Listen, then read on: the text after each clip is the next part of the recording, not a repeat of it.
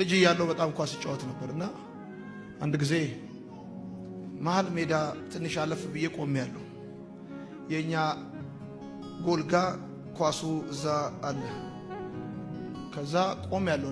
እኔ አጥቂ ነኝ አለ ብዙም አልከላከልም ወደዛ እንጂ እና ይገርማችሁ ሁሉም የተቃራኒ ቡድን ተጫዋቾችም የኛም ልጆች ሁሉ ጎሉ ጋር ሆነው እኔ ብቻዬን መሀል ሜዳ ጋር ሆኜ ድንገት እንዴት እንደሆነ አይታወቅም ኳሱ ሲመታ እግሬ ነግጫ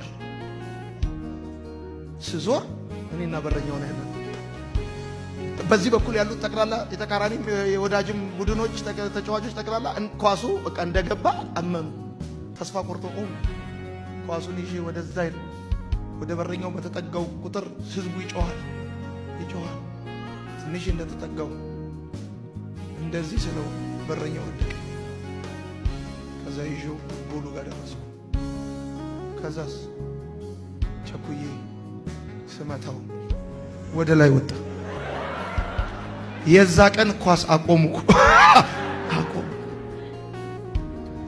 ብዙ የሳትናቸው ነገሮች አጣብቂኝ ውስጥ እንዳይመስላችሁ እግዚአብሔር ወለል አድርጎ ሰጥቶን ከችኮላችን የተነሳ አገኘን ብለን ስንጠልዘው አጣብቂኝ ውስጥ አልሳትንም፣ አጣብቂኝ ውስጥ አልከሰርንም። አረጋጉት። ግራና ቀኛችሁ ልዩ። ከፓስተራችሁ ጋር ተማከሩ፣ ከመሪዎቻችሁ ጋር ተማከሩ። አሳደራችሁት እግዚአብሔር ስሙ፣ መጋቢዎቻችሁ ስሙ፣ ቤተሰባችሁን ስሙ። ለቤተሰቡ መልካም ያልሆነ ሰው ቤተሰቡን እንደ ችግር የሚቆጥር ሰው መቼም ከችግር አይወጣም። መቼም ከችግር አይወጣም። ቤተሰቡን የማይቀበል ሰው ማንም አይቀበለው። ቤተሰባችሁን ተቀበሉ። ወላጆቻችሁ፣ እናታችሁን፣ አባታችሁን፣ ባላችሁን፣ ሚስታችሁን ተቀበሉ። ከዛ አረጋጉት። ከዚህ በኋላ ምን ይቀርባችኋል? ምን ብርቅ ድንቅ አለ? ሁሉንም አያችሁት። አቤት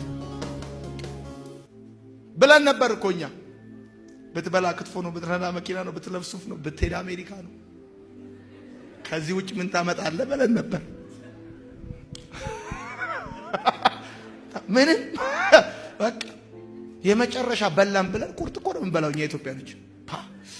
ዛሬ ብለህ በቃ አረጋጉት።